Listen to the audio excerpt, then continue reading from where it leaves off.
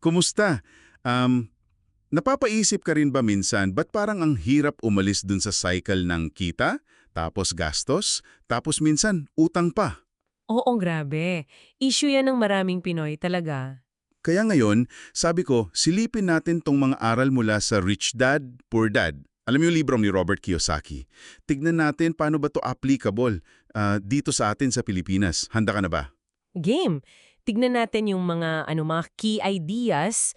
Ano ba talaga ibig sabihin yan para sa'yo? At pinakaimportante, paano mo magagamit sa totoong buhay? Sige, unahin natin yung parang pinaka-basic pero ang lakas ng impact, yung mindset shift. Ito yung pinagkaiba ng Rich Dad at Poor Dad, di ba? Oo. Yung imbes na sabihin mong, ay, hindi ko kaya yan bilhin, ang tanong dapat, paano ko to mabibili? Or paano ko to kakayanin? Tama.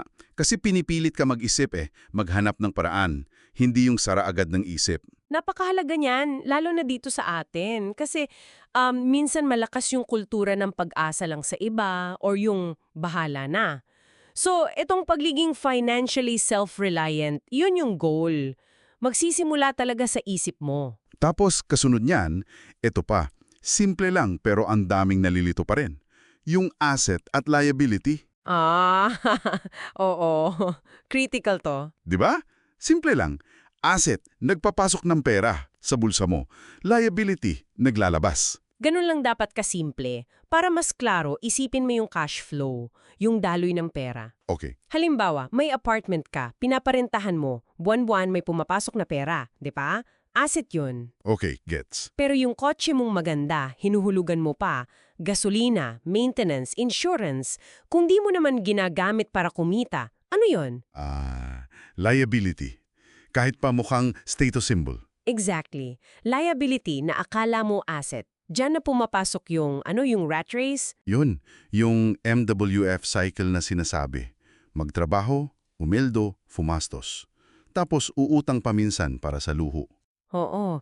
Kahit tumataas sweldo mo, kung tumataas din yung gastos mo sa liabilities, paikot-ikot ka lang, nakakulong ka pa rin. Kaya yung pangatlong aral, asikasuhin mo yung sarili mong negosyo or yung pag-focus sa asset column mo. Importanteng i-clarify yan. Hindi ibig sabihin mag-resign ka na agad. O hindi ganun. Ang punto, habang empleyado ka, gamitin mo yung kita mo para unti-unting bumuo ng assets. Mga bagay na magpapasok ng pera sa'yo. Tama. Yung negosyo mo, bale, yun yung mga asset mo. Imbes na, alam mo na, yung bagong gadget agad o yung latest na damit. Na mabilis maluma at bumaba ang value. Oo, ang payo, unahin yung mga tunay na asset. Dito sa Pinas, pwede magsimula sa maliit, 'di ba? Mutual funds, stocks kung napag-aralan mo, o baka isang maliit na property na papaupahan mo someday.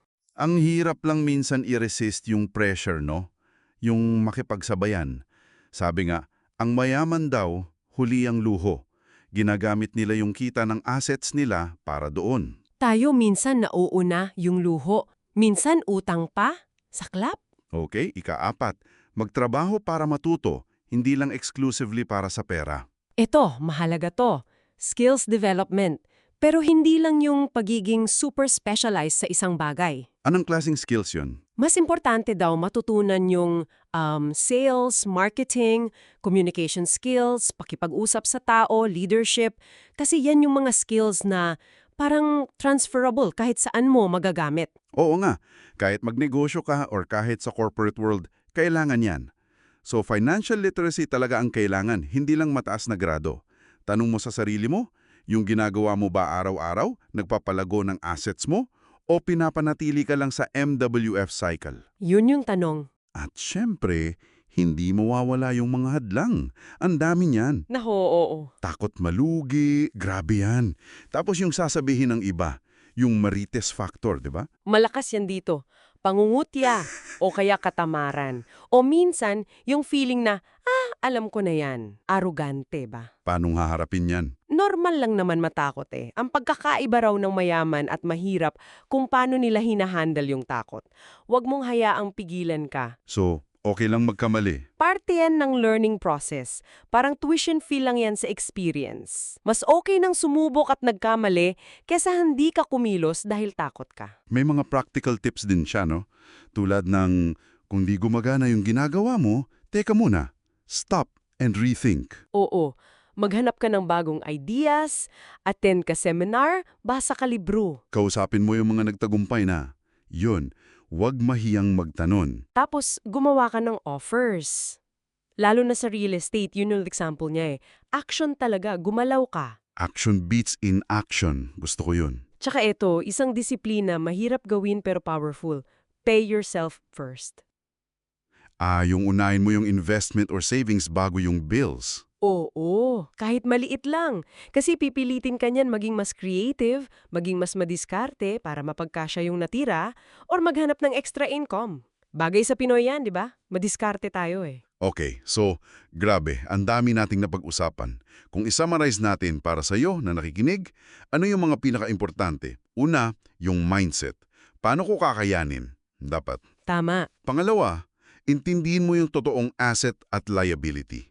Based sa cash flow, papasok ba o palabas ang pera? Pangatlo, habang may trabaho, simulan mong buuin yung asset column mo. Asikasuhin mo yung sarili mong negosyo. Pang-apat, huwag lang magtrabaho para sa pera. Matuto ka ng valuable skills, communication, sales, leadership. At palima, harapin mo yung takot. Normal yan, pero kumilos ka pa rin. At siguro, ang iiwan nating kaisipan sa iyo ay ito. Ang pera, actually, isang ideya lang yan. Kung gusto mo ng mas maraming pera, baguhin mo muna yung pag-iisip mo. Wow, powerful yun. Hindi kailangan malaki agad ang simula. Ang tanong na lang siguro ngayon ay ito. Ano yung isang maliit na hakbang, kahit sobrang liit lang, na kaya mong gawin ngayon para simulan yung pagbabago sa financial future mo?